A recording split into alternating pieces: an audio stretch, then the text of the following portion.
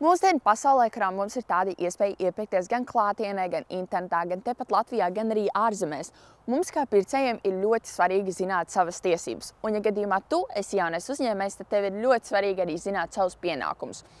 Ko darīt, ja prece ir bojāta, kā risināt kaut kādas domstarpības ar pārdevēju un galu galā, ko darīt, ja vienkārši mazums kaut kas iepērkoties internetā noiet greizi. Jautājumu tiešām ir daudz.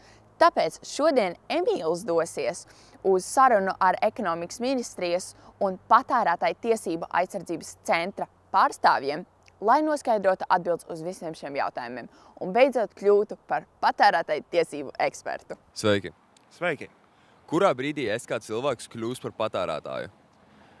Mēs faktiski katrs kļūstam par patērētāju, kad mēs atbilstam tai patērētāja definīcija, kas ir noteikta patērētāja tiesību aizsardzības likumos, normatīvais aktos. Proti, patērētājs ir fiziska persona, jebkurš no mums, cilvēks. Uzņēmums nevar būt patērētājs, pat ja viņš kaut ko pērk.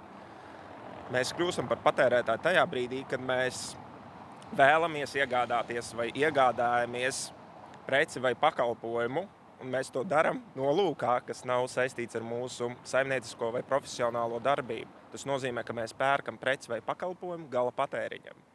Piemēram, mēs ieejot veikalā, gribam nopirkt kaut kādu preci, ūdeni vai vēlamies, vai kad mums zvana, piemēram, kaut kāds internetu providers un piedāvā jaunu pakalpojumu. Tajā brīdī mēs esam patērētājs, un tajā brīdī mūs aizsargā visi patērētāja aizsardzības jomas normatīvi akti.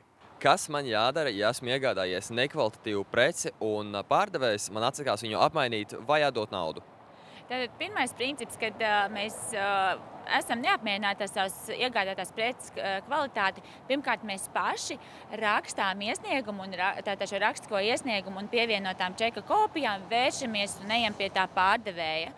Vai arī sūtām pa pastu, tātad šo te iesniegumu, tas ir pirmais. Un tad, ja šis te pārdevējs, piemēram, mums nenāk pretī un nerisina šo te problēmu vai ir rodas problēmas kaut kāds tieši pašā risinājumā, tad noteikti var vērsties pie mums Patērētāju tiesību aizsardzības centrā un mēs noteikti palīdzēsim tikt skaidrībā ar šo situāciju. Vai es varu atgriezt preci, ja es vienkārši esmu pārdomājis un man tā vairs nepatīk, bet kvalitāte ir tāda pati un neesmu viņu vispār lietojis? Ja prece ir iegādāta parastā veikalā klātienē, kur mēs varējām atnākt, preci aptaustīt, apskatīt, uzmērīt, tad faktiski mēs esam izdarījuši savu lēmumu un tā vienkārši mēs šo te preci vairāk nevaram atgriezt atpakaļ. Ja vien dažkārt ļoti bieži arī tagad paši pārdevēji tādu kā pretīmnākšanu patērētājiem izrāda un ļauj atgriezt šo te nelietoto preci. Bet ja mēs esam iegādājušies preci interneta veikalā, kur mums nav iespējas ne to uzmērīt, ne aptaustīt, tikai redzēt to faktiski savā vietālruņa vai datora ekrānā, tad 14 dienu laikā mēs šo preci kopā ar atteikuma veidlapu varam sūtīt atpakaļ. Šobrīd viss digitalizējas, tā skaitā tirgus. Kas vispār ir vērā ņemams patērētājiem? Jā, viennozīmīgi notiek strauja digitālo tehnoloģiju attīstība un arī, piemēram, e-komercijas apjoma arvien visu laiku pieaug. Mēs arvien vairāk sākam pirkt internetā, bieži vien nevis veikalos. Digitālo tehnoloģiju attīstība nes uz daudz priekšrocību. Tā ir atvieglojusi mums dzīvi, bet arī tas tehnoloģija attīstība rada noteiktus izaicinājumus. Tostarp arī patērētājiem, jo parādās piemēram, jaunas metodes, kā patērētāji var maldināt. Te ir 2 piemēri, tā sauktie maldinošie modeļi, jeb angliski to sauc par dark patterns. Tie ir ļoti daudz dažādu veidi, kā tie var izpausties. Piemēram, ja es vēlos nopirkt kaut kādu preci vai, piemēram, kā koncerta biļeti, es ieju mājaslapā un tur man ieslēdzās tā kā pulkstentiņš, kur šādi man ir 10 minūtes, pēc kurām cena biļetei pieaugs, kas mani vienkārši pamudina viņu nopirkt tagad. Kaut arī faktiski tā ir patērētāja maldināšana. Cita izpausme ir tā sauktā cenu diskriminācija. Piemēram, Ja es vēlos iegādāties, piemēram, viesnīcas numuriņu, un kāds cits vēl vēlās iegādāties viesnīcas numuriņu, mums rāda dažādas cenas, katram savā profilā. Balstoties, piemēram, algoritmi aprēķina mūsu iepriekšējo uzvedību, gan internetā, cik mēs ļoti pērkam preces, cik mēs esam pirktspējīgi, cik mums ir naudas. Līdz ar to, ja, piemēram, es esmu pirktspējīgāks, man var piedāvāt negodīgi augstāku cenu nekā kādam citam. Šādas tendences viennozīmīgi e-komercija tas ir labi, kā es minēju. Un nevajadzētu atturēties no iepirkšanās un komercijas veikšanas internetā, bet ir jāņem vērā arī ka šīs jaunās tehnoloģijas nes dažādus arī riskus, un tas visu laiku jāpatur prātā. Vai man ir kādas iespējas iebilst par preci vai slikti veiktu pakalpojumu, pat ja darījums ir noticis bez čeka? Nē. Tātad patērētājiem šis te galvenais dokuments, kas vispār apliecina, ka mēs esam kādu preci vai pakalpojumu nopirkuši, ir šis te čeks. Vai arī, piemēram, pavadzīme, vai arī rēķins, apmaksāts rēķins, ja tas būs interneta veikals. Tādēļ pirmais svarīgais ieteikums vienmēr saglabāt šo te čeku vai šo te pirkumu apliecinošo dokumentu, šos 2 gadus, kur laikā mēs varam celt šīs te pretenzijas par kādu nekvalitatīvu preci. Bet tas, ko mēs redzam, varbūt tādu tendenci pēdējā laikā, ir sevišķi jauniešu vidū, ir tas, ka jaunieši un tīņi ļoti bieži pamana vilinošus piedāvājumus, piemēram, sociālajos mēdījos, kur piemēram, piedāvā kāds privāti, piemēram, iegādāties botas vai kaut kādas citas ļoti populāras jauniešu vidū zīmola preces. Tur bieži vien vienīgā saziņa ir pa tiešo pastu, tātad, kur it kā notiek vienošanās, ka jā, kur samaksā šo te naudas summu un es atsūtīšu, piemēram, šo te preci. Bet jāņem vērā, ka pirmkārt šāds ir ļoti, ļoti riskants darījums.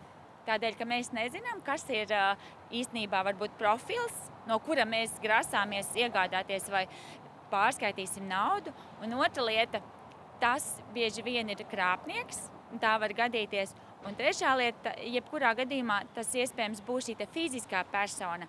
Tātad otrs cilvēks, kas nav uzņēmums, un tādējādi mēs nebūsim patērētāji un mēs nevarēsim celt iebildumus un sūdzēties par šīs te preces kvalitāti vai vispār, ja kaut kādas problēmas notiks un, piemēram, varbūt pat neatsūtīs šo te preci.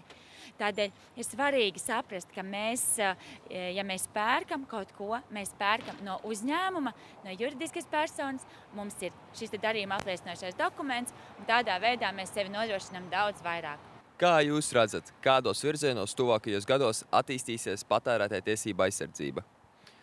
Es izteiktu 2 konkrētas tendences. Pirmā ir reakcija uz tehnoloģiju attīstību, galvenokārt digitālo tehnoloģiju attīstību un mākslīgā intelekta attīstību. Un otra ir sabiedrības domāšanas maiņa, proti konkrētāk tā ir zaļā domāšana. Mēs arvien vairāk kļūstot par bagātāku sabiedrību, sākam domāt, kā mūsu patēriņš, kādu ietekmi, kādu pēdu tas atstāja uz apkārtējo vidi. Un pastāv Eiropas Savienības zaļais kurs, kas ietekmē ļoti daudz dažādas politikas. Tostarp arī patērētāju tiesību aizsardzību.